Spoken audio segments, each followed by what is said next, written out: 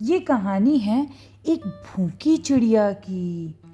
सालों पहले एक घंटा घर में टिंकू चिड़िया अपने माता पिता और 5 भाइयों के साथ रहती थी।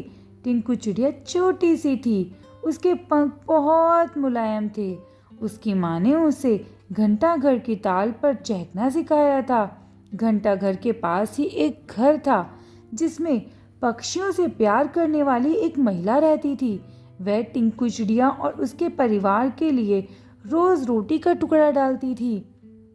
एक दिन वह बीमार पड़ गई और उसकी मौत हो गई। टिंकू चिड़िया और उसका पूरा परिवार औरत के खाने पर निर्भर था। अब उनके पास खाने के लिए कुछ भी नहीं था और ना ही वो अपने लिए खाना जुटाने के लिए कुछ करते। एक दिन भूख से बेहाल होने पर टिंकू चिड़िया के पिता ने कीड़ों का शिकार करने का फैसला किया। काफी मेहनत करने के बाद उन्हें 3 कीड़े मिले जो परिवार के लिए काफी नहीं थे। वे 8 लोग थे, इसलिए उन्होंने टिंकू और उसके 2 छोटे भाइयों को खिलाने के लिए कीड़े साइड में रख दिए।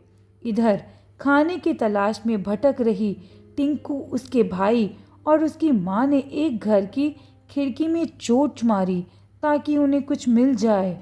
कुछ मिला तो नहीं, उल्टा उस घर के मालिक ने उन पर राख फेंक दी जिससे तीनों भूरे रंग के हो गए। उधर काफी तलाश करने के बाद टिंकू के पिता को एक ऐसी जगह मिली जहाँ काफी संख्या में कीड़े थे।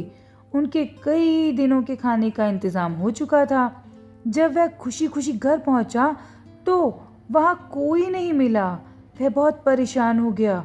तभी टिंकू चिड़िया, उसका भाई और माँ वापस लौटे तो पिता उन्हें पहचान नहीं पाए और गुस्से में उन सबको भगा दिया। टिंकू ने पिता को समझाने की काफी कोशिश की। उसने बार बार बताया कि किसी ने उन पर रंग फेंका है, लेकिन टिंकू के हाथ असफलता ही लगी। उसकी माँ और भाई भी निराश हो गए, लेकिन टिंकू ने हार नहीं मानी। वह उन्हें लेकर तालाब के पास गई और नहलाकर सबकी राख हटा दी। तीनों अब अपने पुराने रूप में आ गए। अब टिंकू के पिता ने भी उन्हें पहचान लिया और माफी मांगी। सब मिलकर खुशी खुशी एक साथ रहने लगे। उनके पास खाने की भी कमी नहीं थी अब। तो मेरे प्यारे बच्चों, आपने इस कहानी से क्या सीखा? यही कि कभी भी किसी पर भी पूरी तरह से निर्भर नहीं रहना चाहिए।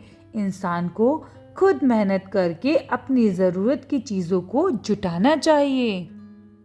तो मेरे प्यारे बच्चों, मिलते हैं अगली कहानी में। तब तक के लिए नमस्ते।